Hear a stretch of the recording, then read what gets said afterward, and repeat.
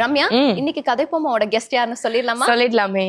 பிருந்தா, இப்பெல்லாம் சின்ன வயசுலயே நிறைய பேருக்கு ஹார்ட் டிசீஸ் எல்லாம் வருது. எஸ், அதனாலதான் நம்ம ஷோக்கு கார்டியக் எலக்ட்ரோபிசியாலஜிஸ்ட் தான் வர போறாரு. அவர்கிட்ட ஹார்ட் சம்பந்தமான நிறைய விஷயங்களை கேட்டு தெரிஞ்சுக்கலாம். Let's welcome doctor Deep Chand Raja to our show.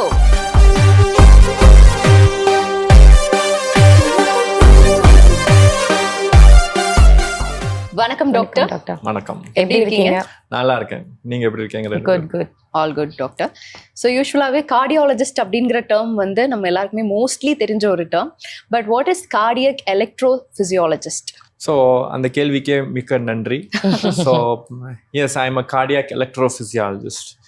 அதாவது டாக்டர்ஸ் அனாலஜி எப்படி நான் கொடுக்கலாம்னா, சர்ஜன்ஸ் எல்லாம் இருக்காங்க இல்லையா, ஓகே, அவங்க பிளம்பர்ஸ்னு கூறலாம். நிறைய பிளம்பிங் வேலையெல்லாம் பார்ப்பாங்க. ஆர்த்தோபெடிஷியன்ஸ் வந்து கார்பெண்டர்ஸ், நியூரோலஜிஸ்ட், நியூரோ சர்ஜன்ஸ், நாங்கள் எல்லாமே எலக்ட்ரீஷியன்ஸ். ஹார்ட்டோடைய எலக்ட்ரீஷியன்.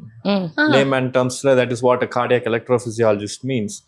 ஹார்ட்டோட எலக்ட்ரீஷியனுக்கு அர்த்தம் என்னன்னா, ஹார்ட்ல எலக்ட்ரிக்கல் வயர் பிரச்சனைகளுக்கு நான் ஸ்பெஷலிஸ்ட். வாவ், ரொம்ப அழகா டிஃபைன் பண்ணிருக்கீங்க டாக்டர்.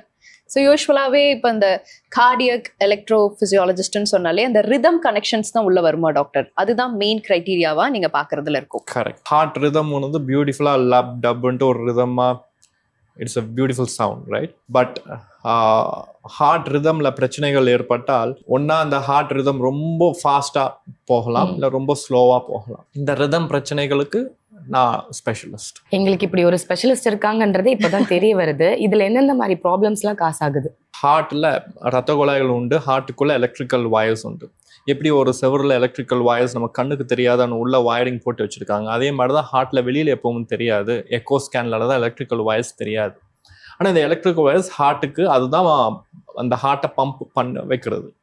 இந்த எலக்ட்ரிக்கல் வயர்ஸ்ல ஏதாவது கட்டு ஏற்பட்டால், பவர் கட்டுன்னு சொல்லலாம், அந்த மாதிரி ஹார்ட் ரேட் மிகவும் கம்மியாகும். அதை பிராடிகார்டியான்னு சொல்லுவோம். அதே மாதிரி இந்த எலக்ட்ரிக்கல் வயர்ஸ்ல ஷார்ட் சர்க்யூட்ஸ் அங்கேயும் ஏற்படும் ஹார்ட்குள்ள. இந்த சர்க்யூட்ஸ் ஏற்பட்டால் ஹார்ட்டோடைய ரேட் மிகவும் அதிகமாக போகலாம், டெக்கிகார்டியான்னு சொல்றது. ஸோ பேசிக்கலி இந்த ஹார்ட் ரிதம் ப்ராப்ளம்ஸ் ஒன்னா பிராடிகார்டியா, ஹார்ட் ரேட் கம்மியா இருக்கிறது, அல்லது டெக்கிகார்டியா மிகவும் அதிகமாக போறது. இந்த மெயின் ரெண்டு பிரச்சனைகள். பட் இதோட சிம்டம்ஸ் எப்படி டாக்டர் தெரிஞ்சுக்கலாம்? ஹார்ட் ரேட் மிகவும் கம்மியா போனா என்ன ஆகும்? ரத்த ஓட்டம் போதும் அளவுக்கு இருக்காது. மூளைக்கு ரத்த ஓட்டம் கம்மியா இருக்கும் பொழுது கிடினஸ். நம்ம பேஷண்ட்ஸ் வந்து காமனா வந்து கேரா இருக்குதுன்னு சொல்லுவாங்க.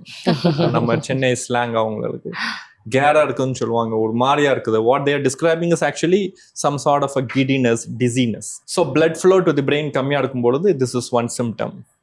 சில பேர் கான்சியஸ்னஸ் லூஸ் ஆயிடும், அது சிங்கோப்புன்னு சொல்லுவோம். அதாவது மயக்கம் ஏற்பட்டு கீழே விழுந்து ஒரு 2 செகண்ட் இல்லை 5 செகண்ட், இல்லை சில பேருக்கு 1 நிமிஷம் 2 நிமிஷத்துல மயக்கம் தெளிஞ்சிரும். ஸோ இது வந்து ஹார்ட் ரேட் கம்மியானால் ஆகக்கூடும். So this is one symptom, மயக்கம், கிடினஸ். ரெண்டாவது சிம்டம், ஹார்ட் ரேட் மிகவும் அதிகமாக போனால் பால்பிட்டேஷன்ஸ், படபடப்பு. இது ரொம்ப காமனான சிம்டம் இல்லையா? நிறைய பேர் அதை ஒரு ப்ராப்ளம் அவங்களுக்கு இருக்கலாம். ஹார்ட் ரேட் மிகவும் அதிகமாக போகுது, எனக்கு கிளியரா நான் ஃபீல் பண்றேன், படபடன்னு அடிச்சுட்டு இருக்குது. சில பேர் இந்த கழுத்துல எனக்கு தெரியுது அந்த படபடன்னு அடிக்குது. சில மதர்ஸ் வந்து எங்களோட குழந்தைங்களுக்கு எனக்கு தெரியும் அந்த இதய துடிப்பு வந்து படபடன்னு அடிக்குது. இது வந்து நாங்க பார்த்து அதுல ஏதாவது ஹார்ட்ல ஏதாவது கோளாறு இருக்கான்னு செக் பண்ணிட்டு நான் உங்களுக்கு அட்வைஸ் கொடுப்பேன். இப்போ நியூ பார்ன் பேபிஸ்லயுமே இந்த ரிதம் பிரச்சனை வருமா டாக்டர்? எஸ், ஃபீட்டஸ்லயே வரும். நியூ பார்ன் பேபிஸ் என்ன, அவங்க கடல்ல இருக்கும் பொழுது அப்பல இருந்தே அந்த ரிதம் பிரச்சனைகள் ஆரம்பிக்கலாம். சிலருக்கு அது மரபியல் சார்ந்த பிரச்சனைகள், மோஸ்ட்லி ஜெனட்டிக் ரிலேட்டட். ஸோ அது இப்பெல்லாம் வந்து ஸ்பெஷலிஸ்ட், ஃபீட்டல் மெடிசன் ஸ்பெஷலிஸ்ட்னு இருக்காங்க. அல்ட்ராசவுண்ட் மூலமாக அவங்க கண்டுபிடிச்சிருவாங்க ஃபீட்டஸ்க்கு, அதாவது குழந்தை அந்த ஃபீட்டஸ்ல ஹார்ட் ரேட் கம்மியா இருக்கா, அதிகமா இருக்குதா, போதும் அளவுக்கு இருக்குதான்ட்டு. ஸோ அந்த பேபி வெளியில வரும் பொழுது நியோனேட்ஸ் நீங்க சொன்னது, அவங்களுக்கு ஹார்ட் ரேட் பிரச்சனைகள் ஏதாவது இருந்தால் அதுக்கேற்ற மாதிரி நாங்கள் ட்ரீட்மெண்ட் சஜஸ்ட் பண்ணுவோம். பிரெயினுக்கும் ஹார்ட்டுக்கும் என்ன கனெக்ஷன் இருக்கு டாக்டர்? Very excellent கொஸ்டினுங்க. ஏன்னா யூஸ்வலாக ஹார்ட் பற்றி பேசும்போது எல்லாரும் ஹார்ட் பற்றி தான் யோசிப்பாங்க. பட் நீங்கள் ஒரு கரெக்டாக பிரெயினுக்கும் ஹார்ட்டுக்கும் என்ன சம்மந்தம்னு கேட்டீங்க. 2 விதமான ஒரு சம்மந்தம் சொல்லலாம். ஃபர்ஸ்ட், பிரெயின் இருந்தால் எலக்ட்ரிசிட்டி ஹார்ட்டுக்கு வருது. ஹார்ட்ல எலக்ட்ரிக்கல் வயர்ஸ் இருக்குன்னு நான் சொன்னேன். பட் இந்த எலக்ட்ரிக்கல் வயர்ஸ்க்கு கிரிட் எங்க இருந்து வருது? மெயின் கிரிட் வந்து பிரெயின் தான். மூளையில இருந்தா எலக்ட்ரிக்கல் வயர்ஸ் எலக்ட்ரிசிட்டி அனுப்புது ஹார்ட்டுக்கு. ஹார்ட்ல இருந்து ரத்த குழாய்கள் பிரெயினுக்கு போகும். பிரெயினுக்கு மட்டும் இல்லை, உடல்ல இருக்கிற கிட்னிஸ், லிவர், கீழ்ப்பக்கம் உடலுக்கு எல்லாத்துக்குமே ஹார்ட் தான் ஒரு பம்ப் செட். ஸோ எல்லாத்துக்கும் அதுதான் ரத்த ஓட்டம் கொடுக்கும். ஸோ பிரெயினில் ஏதாவது எலக்ட்ரிக்கல் ப்ராப்ளம் இருந்துச்சுன்னா அந்த ஹார்ட்டை பாதிக்கும்.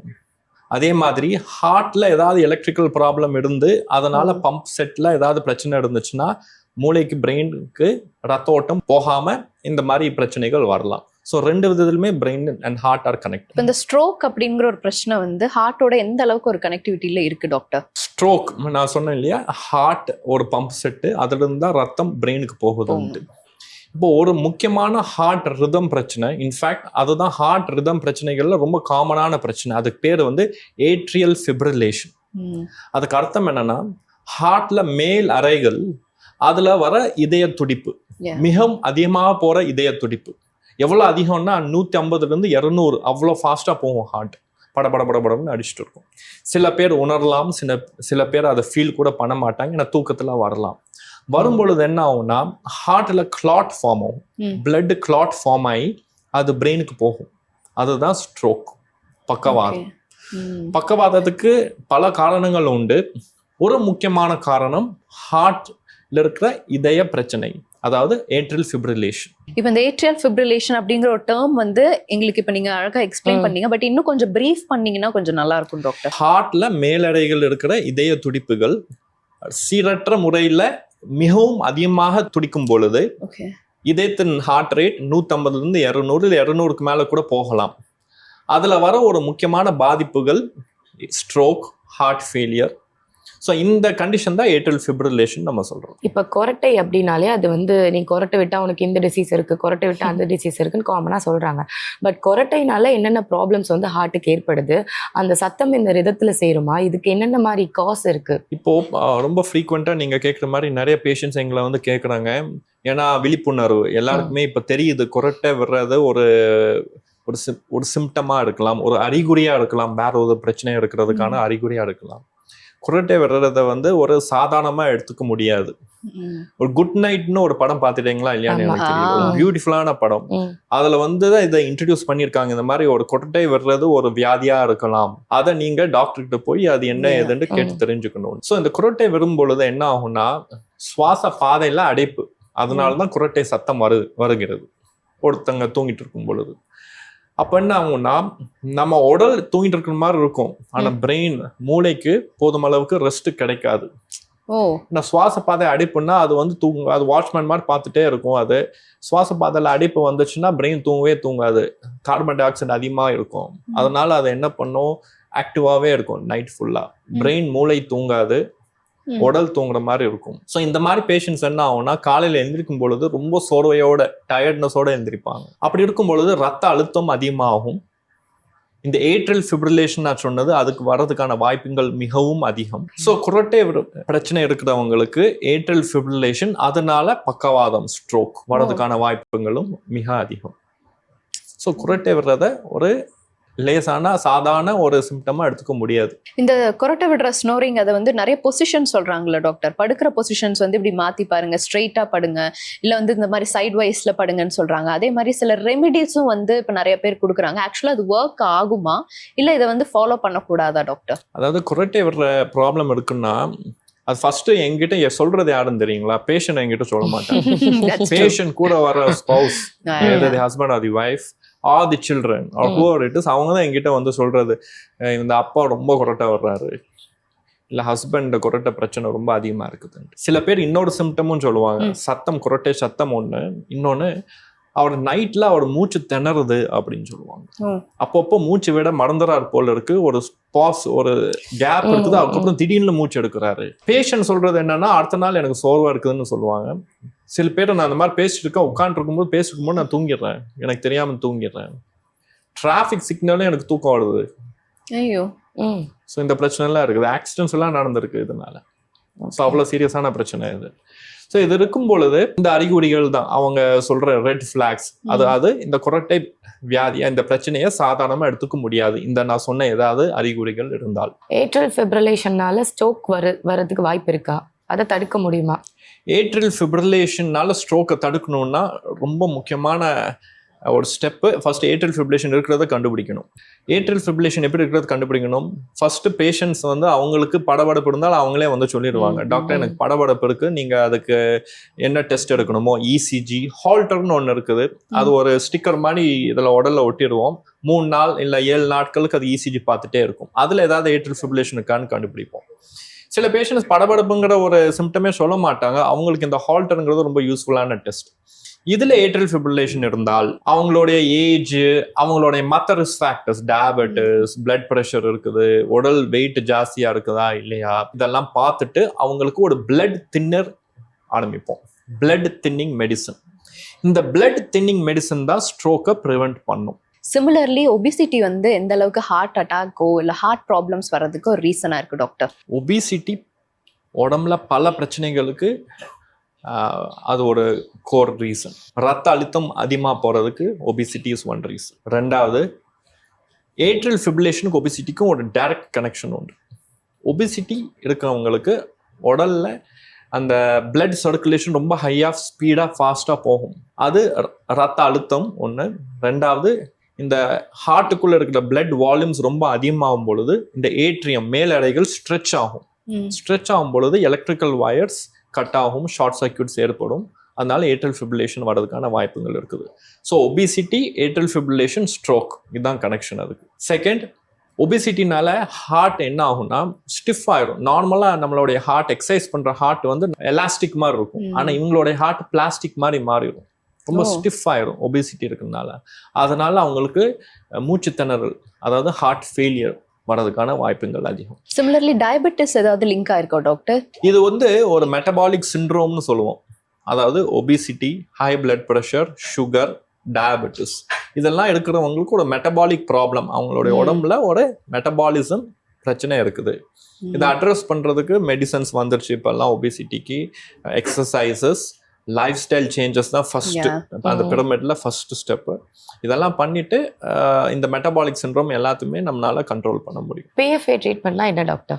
இந்த ஏட்ரியல் ஃபிப்ரிலேஷன் நான் சொன்னேன் இல்லையா, இந்த ஏட்ரியல் ஃபிப்ரிலேஷனை குணப்படுத்துறது எப்படி? இனிஷியலாக மெடிசன்ஸ் கொடுப்போம். சில பேர் எவ்வளோதான் மெடிசன் சாப்பிட்டாலும் எனக்கு இதே துடிப்பு மிகவும் அதிகமாகவே இருக்குதுன்னு அப்படின்னு சொல்லுவாங்க. அது எனக்கு தூக்கத்தை டிஸ்டர்ப் பண்ணுது, படபடப்புனால நான் தூக்கத்துலேருந்து எழுந்திரிச்சிடுறேன், எனக்கு இந்த லைஃப் குவாலிட்டியே ரொம்ப கம்மியாயிடுச்சு, இதுக்கு எனக்கு ஒரு ரிலீஃப் வேணும்.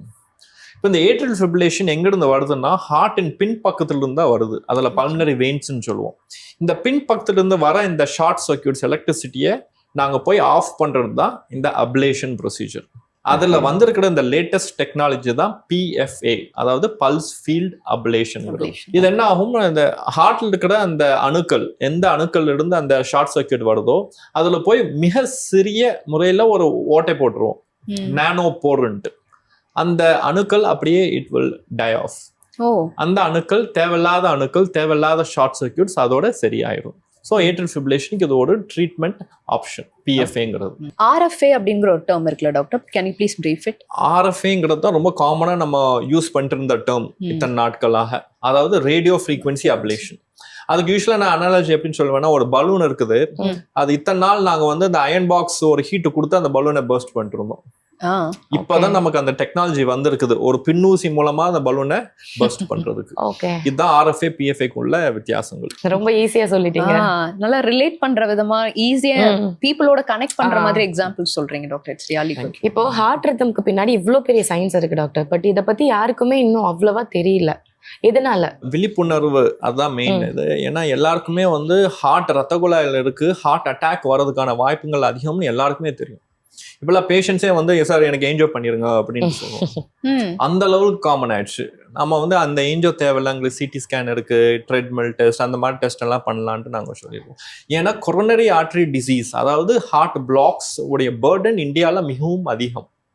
நம்ம டிஸ்கஸ் பண்ண அந்த மெட்டபாலிசம், ஒபிசிட்டி, டயபெட்டிஸ் இதெல்லாம் காரணங்கள். ஆனால் ஹார்ட்ல எலக்ட்ரிக்கல் வயர்ஸ் இருக்குது, அதுல பிரச்சனைகள் இருக்குது. ஏட்ரியல் ஃபிப்ரிலேஷன் நான் சொன்னேன், ஸ்ட்ரோக், குரட்டிக்கும் அதுக்கும் என்ன சம்பந்தம்னு சொன்னேன்.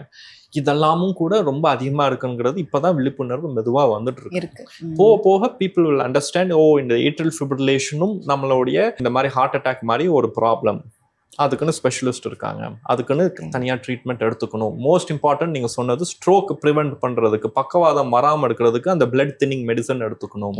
இதெல்லாம் மெதுவாக அந்த விழிப்புணர்வு வந்துட்டு இருக்கு. Doctor, pacemaker and wireless பேஸ் மேக்கருக்கும் ரெண்டுக்கும் இருக்கக்கூடிய ஒரு டிஃபரன்ஷியேஷன் என்ன டாக்டர்? இப்போ எல்லாருக்குமே பேஷண்ட்ஸ் வந்து இப்போ தே கம் அண்ட் ஆஸ்க், எனக்கு அந்த வயர்லெஸ் பேஸ் மேக்கர்னு புதுசாக வந்திருக்குது, அதை எங்களுக்கு ப்ரிஃபர் பண்ண முடியுமான்னு கேட்பாங்க அவங்க. ஓகே. ஸோ எல்லாருக்குமே இந்த வயர்லெஸ் பேஸ் மேக்கருக்கும் நார்மல் பேஸருக்கும் வித்தியாசம் தெரியணும். இது நார்மலான பேஸ் மேக்கர் நான் உங்களுக்கு காமிக்க போகிறது. இந்த pacemaker it's like the size of a match box, ஒரு தீப்பெட்டி சைஸ். அண்ட் இதில் இருக்கிற பேட்டரி லித்தியம் அயோடைடுங்கிற ஒரு கெமிக்கல் இதுக்கு பேட்டரி சப்ளை கொடுக்கும். இது 10-15 வருஷம் வரும் இந்த பேட்டரி. இது யாருக்கு நம்ம யூஸ் பண்ணுவோம்? எலக்ட்ரிக்கல் வயர்ஸ்ல கட் ஆயிடுச்சுன்னு வச்சுக்கோங்க, இதுக்கு முன்னாடி சொன்ன மாதிரி ஹார்ட் ரேட் மிகவும் ஸ்லோ ஆயிடும். அன்பார்ச்சுனேட்லி மெடிசன்ஸ் கிடையாது இந்த ஹார்ட் ரேட்டை இன்க்ரீஸ் பண்றதுக்கு. இவங்களுக்கு இந்த மாதிரி பேஸ் மேக்கர் தான் வச்சாகணும். இது ஸ்கின்னு கீழே, யூஸ்வலா செஸ்ட்ல இந்த காலர் போன் கீழே ஒரு சின்ன மினி சர்ஜரி மூலமாக இது உள்ள வச்சிருவோம். அப்புறம் இந்த வயர்ஸ் மூலமாக ஹார்ட்டுக்கு கனெக்ஷன் கொடுத்துருவோம். இதெல்லாம் எக்ஸ்ரேல பண்றதுதான், இதெல்லாம் சர்ஜரின்னு நான் சொல்ல மாட்டேன், இட்ஸ் மினி சர்ஜரின்னு எடுத்துக்கலாம். இதுதான் நார்மலா பேஸ் மேக்கர் பண்ற முறை. இதுல 1 wire base maker, 2 wire base maker, இந்த மாதிரி ஆப்ஷன்ஸ் எல்லாம் இருக்குது. இது நார்மலா பண்ற பேஸ் மேக்கர். பட் இப்போ புதுசா என்ன வந்திருக்குன்னா leadless or wireless pacemaker. அந்த லீட்ஸ் வயர்ஸ் இல்லாம ஹோல் பேஸ் மேக்கர் சைஸே இவ்வளவுதான். ஓகே. திஸ் பாத்தீங்கன்னா ஒரு 1 ரூபி காயின் சைஸுக்கு தான் இருக்குது. இது என்ன பண்ணுவோம், கால் மூலமாக, அதாவது தொடை மூலமாக ஹார்ட்டுக்குள்ள மேல் பகுதி, மேல் அறைகள், கீழ் அறைகளுக்கு ஒரு பேஸ் மேக்கர் எங்க தேவையோ அந்த இடத்துல இதை ஸ்க்ரூ பண்ணி வச்சிடலாம், இல்ல ஒரு உள்ள வச்சுட்டு வந்துடலாம். இதுவும் அதே 10-15 வருஷம் பேட்டரி வரும். இது புதிய தொழில்நுட்பம், new technology and era of micro எலக்ட்ரானிக்ஸ்னு சொல்லுவோம். அவ்வளோ பெரிய பேஸ் மேக்கரை வந்து மினியேச்சரைஸ்டு பண்ணி இதுக்குள்ள அதே பேட்டரி இருக்குது, இதுக்குள்ள எவ்வளோ டெவலப்மெண்ட்ஸ் பண்ணியிருந்தா எவ்வளோ என்ஜினியரிங் போயிருக்கும் இதுக்குள்ள. ஸோ இதில் நோ வயர்ஸ். இதை எது கொண்டு வந்தாங்கன்னா, நம்ம நார்மலாக பேஸ் மேக்கர்ஸ் வைக்கும் பொழுது இன்ஃபெக்ஷன் வர்றதுக்கான வாய்ப்புகள் அதிகம். எவ்வளோதான் நாங்கள் ட்ரை பண்ணாலும் 97% ப்ராப்ளம் இல்லாமல் போயிடும், பட் 3% இன்ஃபெக்ஷன்ஸ் வரும். பெஸ்ட் ட்ரை பண்ணாலும், எஸ்பெஷலி டயபெட்டிக்ஸ்க்கெல்லாம். ஸோ இந்த wireless base maker convenient option, ஏன்னா 0 சான்சஸ் ஆஃப் இன்ஃபெக்ஷன். ஏன்னா இதை நாங்கள் போடும் பொழுது டச்சே பண்ண மாட்டோம், டைரக்டா உள்ள எடுத்துட்டு போய் ஹார்ட்டுக்குள்ள வச்சுட்டு வெளியில வந்துருவோம். Discharge next day patient gets discharge absolutely. And then convenience is very high. So rehabilitation ஒன்று கிடையாது. அண்ட் பிளஸ் இது வந்து நார்மல் ரிமோட் மானிட்டரிங் மூலமாக ஃபோனு கனெக்ட் ஆயிரும். அவங்க ஃபோன் வந்து என்னுடைய டெஸ்க்டாப் கனெக்ட் ஆயிரும். ஸோ இதோடைய மானிட்டரிங் எனக்கு டெஸ்க்டாப் 24/7 கிடைக்கும். ஸோ இது பேஸ் மேக்கர் செக்அப் பண்ணணுன்ட்டு வரணும்னு அவசியம் இல்லை. அவங்க உலகத்துல எங்க இருந்தாலும் இதோடைய செக்அப் எனக்கு கரெக்டா என் டெஸ்க்டாப் வந்துட்டே இருக்கும். ஸோ இந்த அட்வான்ஸ்மெண்ட்ஸ்னால தான் few patients come and prefer this leadless or wireless pacemakers. Doctor, ஒரு சில questions வந்து சோஷியல் மீடியாலேயே வந்து பலமா சுத்திட்டு இருக்குது. வை பிகாஸ் ஹார்ட் அட்டாக் வந்து இவங்களுக்கு தான் வரும், அவங்களுக்கு தான் வரும் அப்படின்னு இருக்கு.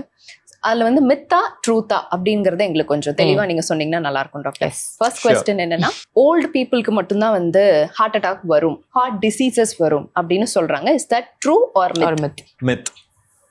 ஓகே. காரணம், அந்த காலத்துல, நான் படிச்ச காலத்துல 30 வருஷத்துக்கு முன்னாடி MBBS படிக்கும் பொழுது அப்போ சொல்லிட்டு இருந்தாங்க, இந்த ஹார்ட் அட்டாக் வந்து 45 வயசுக்கு கீழே வந்தாத ப்ரீமெச்சூர் கொரோனரி ஆர்டரி டிசீஸ். இப்போ வந்து சர்வசாதாரணமா 30 வயசுக்கு மேல கொரோனரி ஆர்டரி டிசீஸ் வந்துருச்சு, ஹார்ட் அட்டாக் பார்த்துட்டு இருக்கோம். அதனால 30 வயசுக்கு மேல இருக்கிறவங்க எல்லாருக்கும் நாங்க கார்டியாக் ஸ்கிரீனிங் பண்ணிக்கோங்கன்னு சொல்லுவோம். நான் வந்து செஸ்ட் ஒர்க் அவுட் ப்ராப்பரா பண்றேன் அப்படின்னா என்னோட ஹார்ட் வந்து ஸ்ட்ராங்கா இருக்குமா? எந்த ஒரு எஃபெக்டும் அதுக்கு ஆகாதா? This is a myth. அதாவது நான் ஒர்க் அவுட்ஸ் பண்றேன், எனக்கு இது வரைக்கும் எந்த பிரச்சனையும் இல்லை, ஸோ எந்த பிரச்சனையும் எனக்கு வராதுங்கிறது மித். அதை நம்ம லைவா எவ்வளவோ எக்ஸாம்பிள்ஸ் பார்த்துட்டோம். செலிபிரிட்டிஸ், உங்களுக்கு தெரியும் யாருக்கெல்லாம் என்ன ப்ராப்ளம்னு நடந்திருக்கு. ஜிம்ல ஒர்க் அவுட் பண்ணும் பொழுதே அவங்களுக்கு வந்து பிரச்சனை இருக்கு. Very healthy people, very healthy life styles. So நம்மளா வந்து நமக்கு எல்லாம் நார்மலா இருக்குன்னு நினைச்சிட்டு கூடாது. மரபியல் சார்ந்த பிரச்சனைகள் நமக்கு தெரியாது, genetic related risks. Cardiac screening பண்ணிக்கிறது ரொம்ப அவசியம். அதுல சில சீரீஸ் ஆஃப் டெஸ்ட்ல நாங்க கண்டுபிடிச்சிருவோம் ஏதாவது ஜெனட்டிக் ரிஸ்க் இருக்கா இல்லையான்ட்டு. ஹார்ட்ல ஏதாவது பெயின் வந்தா மட்டும்தான் எனக்கு ஹார்ட் டிசீஸ் இருக்கு, மத்தபடி ஐம் ஆல் ரைட். மித் ரொம்ப டஃப்பான மித் எங்களுக்கும் பிரேக் பண்றது. ஸ்பெஷலி இந்த 70 வயசுக்கு மேற்பட்டவங்க, டயபெட்டிஸ் இருக்கிறவங்க, இவங்க ரெண்டு பேருக்குமே பெயினுங்கிறது ஒன்று தெரியவே தெரியாது. அவங்க வந்து திடீர்னு எனக்கு இது வரைக்கும் எந்த சிம்டமுமே இல்லை, நீங்க என்ன எனக்கு ஹார்ட் பிளாக் எல்லாம் இருக்குன்னு சொல்றீங்க, எனக்கு எந்த சும்மா ஏதோ ஒன்று சொல்றீங்க அப்படிம்பாங்க. அப்படி கிடையாது. டயபெட்டிக் இல்லை எல்டர்லிஸ் அவங்களுக்கு வந்து பெயினுங்கிற ஒரு சிம்டமே வராது. அது வந்து நல்லது கிடையாது. அவங்களுக்கு நாங்கள் சொல்றது, சார் நீங்க உங்க பிளேட் எடுத்து உங்க ஸ்கின்னை காலில் கட் பண்ணி பாருங்க, அப்போ உங்களுக்கு பெயின் தெரியாது. அப்பதான் உங்களுக்கு புரியும் நான் என்ன சொல்ல வரேன்ட்டு. அதாவது டயபெட்டிஸ் அண்ட் எல்டர்லியில் அவங்களுடைய நரம்புகள் மறுத்து போயிடும். ஒரு அனஸ்தீசியா மாதிரி ஒரு எஃபெக்ட் இருக்கும். அவங்களுக்கு வெளியில அந்த பெயின்னு ஒன்று தெரியாது. அதனால அந்த சிம்டம் வச்சு அவங்க போனாங்களா அவங்க ஏமாந்து போயிடுவாங்க. அதுக்கு கரெக்டான டெஸ்ட்ஸ் எல்லாம் இருக்கு, அது மூலமா நாங்கள் கண்டுபிடிச்சிடுவோம். அவங்களுக்கு சிம்டம் இல்லாட்டியும் அவங்களுக்கு பிளாக்ஸ் இருக்கா இல்லையான்ட்டு நாங்கள் கண்டுபிடிச்சிருவோம். இப்போ லைட்டா ஹார்ட் பெயின் வந்துட்டாலே வந்து ஆஸ்பிரின் எடுத்துட்டா சரியாயிடும், ஹார்ட் பெயின் தானே அப்படின்னு நம்மளே ஒன்று யோசிக்கிறது மித்தா இல்லை ட்ரூவா? It's again a myth. அது அப்படி ஆஸ்பிரின் நம்மளாம் எடுத்துக்கூடாது, அது ரொம்ப தவறு. இன்ஃபேக்ட் ஹார்ட் அட்டாக் இல்லை ஹார்ட் வலி இருந்தால் அதுக்கு ஆல்டர்னேட் மெடிசன்ஸ் இருக்கு. அது பெஸ்ட் வந்து ஏதாவது டவுட் இருந்தால் பக்கத்தில் இப்போதான் இசிஜி சென்டர்ஸ் எவ்வளவோ வந்துருச்சு. பக்கத்தில் ஒரு சிம்பிளா ஒரு இசிஜி எடுத்துட்டு அங்கே ஒரு டாக்டர் கிட்ட சொன்னீங்கன்னா அங்கே டாக்டர் சொல்லிடுவாது வாட் இஸ் இட் அப்படின்ட்டு. இன்ஃபேக்ட் ஏஐஏ வந்துருச்சு இப்போல்லாம். அதில் இந்த இசிஜியை ஃபீட் பண்ணீங்களா அதே சொல்லிடும். அதுக்கப்புறம் நீங்க இமிடியேட்டா you have to meet your doctor. அவங்க என்ன சொல்லுவாங்க, என்ன மெடிசன்ஸ் எடுக்கணும் எடுக்கக்கூடாதுன்னு. இந்த நிறைய ஆயில், கீ, அந்த மாதிரி ஃபேட் ரிலேட்டடான நிறைய ப்ராடக்ட்ஸ் எடுத்துக்கும் போது என்னோட ஹார்ட் பம்பிங் வந்து ஸ்லோ ஆகிடும், அதனால எனக்கு ஹார்ட் டிசீசஸ் நிறைய வரும் அப்படின்னு சொல்றது myth or truth? It is a myth. Okay. அதாவது நிறைய ஆயிலுங்கிறது it is definitely not good for the heart. It is not the quantity of the oil, it is the type of the oil that is different. That makes it difference. அதாவது ஆயிலோட பல வகைகள் உண்டு. For example red மீட்னால வர oil content வந்து saturated fats ரொம்ப அதிகம் oil. ஒரே oil அது sunflower, safflower, these are all very good oils actually. But இந்த ஆயிலை இன்னொரு வாட்டி ரீஹீட் பண்ணீங்க, செகண்ட் டைம் யூஸ் பண்றீங்க இந்த ஆயிலில், அதில் டிரான்ஸ் ஃபேட்டி ஆசிட்ஸ்ங்கிற ஒரு கண்டென்ட் ரொம்ப அதிகமாயிடும். இதுக்கு முன்னாடி ஃபர்ஸ்ட் டைம் குக்கிங்க்கு நல்லா யூஸ் பண்ணீங்க, பட் செகண்ட் டைம் அதே ஆயிலை குக் பண்ணும்பொழுது அதோட டிரான்ஸ் ஃபேட்டி ஆசிட்ஸ் கண்டென்ட் ரொம்ப அதிகமாயிடும். அப்போ அது ரொம்ப கெடுதல். இந்த குவான்டிட்டி ஆஃப் த ஆயில் இல்லை, இந்த டைப் ஆஃப் தி ஆயில் தான் இதில் முக்கியம். என் ஹார்ட்டை வந்து நான் குட்டா நல்லா வச்சுக்கணும் அப்படின்னா 3 ஹேபிட்ஸ், ஒரு நல்ல ஹேபிட் சொல்லுங்க. ஸ்லீப்ல இருந்து ஆரம்பிப்பேன். Sleep is most important thing. இதில் என்ன கேட்டிங்கன்னா ஒவ்வொருத்தங்களுக்கும் அந்த ஸ்லீப் டியூரேஷன் மாறுபடும். அது வந்து ஒரு இன்சைட் இருந்து உங்களுக்கு நீங்க தான் கண்டுபிடிச்சிக்கணும் எது உங்களுக்கு கரெக்டான டியூரேஷன் ஆஃப் ஸ்லீப். அதே மாதிரி சில பேர் அந்த பைனாமியல் ஸ்லீப்னு இருக்கும், நைட் மட்டும் தூக்கம் இல்லை, நடுவில் ஒரு பவர் நேப் எடுக்க வேண்டிய அவசியம் சில பேருக்கு வரலாம். சில பேர் சிங்கிள் ஸ்லீப், நைட் மட்டும் எனக்கு போதும், I am fresh. It can is highly variable இந்த sleep pattern. Sleep science itself is a different science. So அந்த ஸ்லீப் உங்களுக்கு வேணுங்கிற அந்த குவான்டிட்டி நீங்க எடுக்கணும். It could be variable 6 to 8 hours average. Next, exercises. Exercises depending on the age. 70+, 80+ இருந்தா கூட சிம்பிளா walking is the simplest exercise. 30 years, 40 years, 50 years இருக்கிறவங்க கொஞ்சம் மைல்டு ஜாகிங். தேர்ட் வந்து ஸ்ட்ரெஸ் மேனேஜ்மெண்ட். ஸ்ட்ரெஸ் மேனேஜ்மெண்ட் இது வந்து எல்லாருக்குமே ஸ்ட்ரெஸ் இருக்குங்க. எங்கிட்ட குழந்தைங்களும் வந்திருக்காங்க, 12 வயசு 13 வயசு. அவங்க வந்து அவுட்ரேட்டர் சார் ரொம்ப ஸ்ட்ரெஸ்ஸாக இருக்கு அப்படிம்பாங்க. அவங்க ஸ்கூல் போகிற குழந்தைங்க எனக்கு ரொம்ப ஸ்ட்ரெஸ்ஸாக இருக்கும்பாங்க. ஸோ அந்த ஸ்ட்ரெஸ்ஸுங்கிறது எல்லாருக்குமே இருக்கிறது தான். யார் எப்படி அதை மேனேஜ் பண்ணுறாங்க, யார் டீல் பண்ணுறாங்க எப்படி அந்த ஸ்ட்ரெஸ்ஸை, and how are you reacting to the ஸ்ட்ரெஸ்ஸுங்கிறது. எல்லாத்துக்கும் நான் சண்டை போட்டு இல்லை கோவமாகி அது ஒரு type of reaction, stress reaction, which is definitely எல்லாருக்குமே தெரியும் உடலுக்கு நல்லது கிடையாதுன்ட்டு. ஸோ இந்த 3 habits, sleep, exercises, stress management. Nice doctor. So truth or மித்லயும் ரொம்ப அழகான நிறைய விஷயங்கள் இன்னைக்கு நாங்கள் தெரிஞ்சுக்கிட்டோம். சிமிலர்லி ஹார்ட் எப்படி